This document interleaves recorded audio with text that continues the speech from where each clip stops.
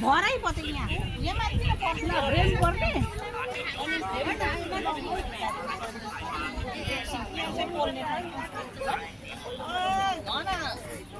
खाइ शुद्ध पो हुन्छ अरे त नखाइ शुद्ध हुँदैन पहिला पेट चिजा गरेको चाहिँ राम्रो